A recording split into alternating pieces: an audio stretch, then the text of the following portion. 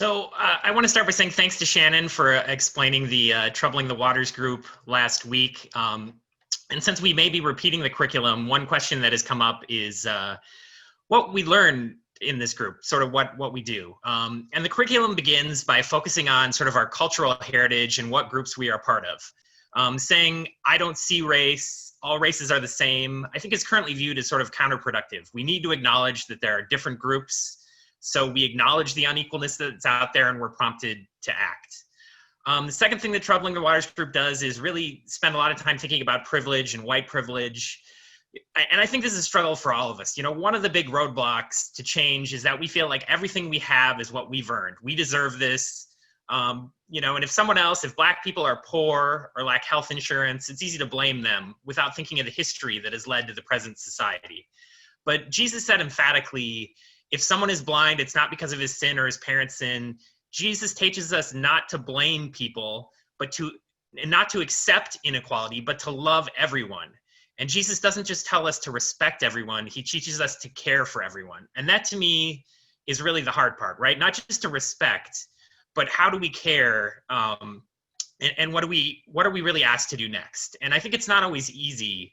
But one of the things I got out of the group is really that we should spend a lot of time listening, you know, not just trying to come up with our own ideas for what to do, but what do the Black voices actually want us to do? How do they want us to be allies?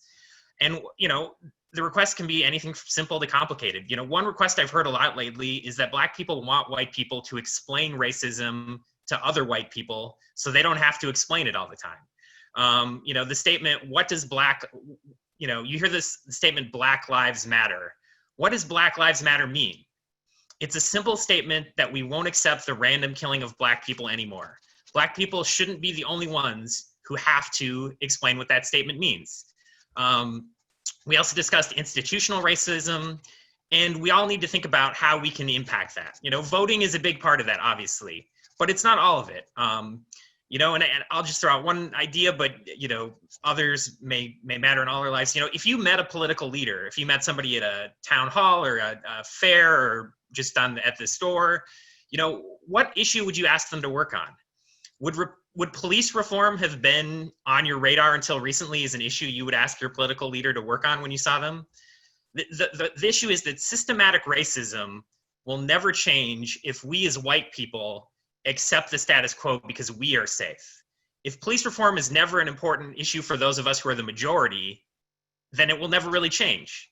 And so all of those sort of issues from our heritage and our privilege to institutional racism, that's sort of what the curriculum is about.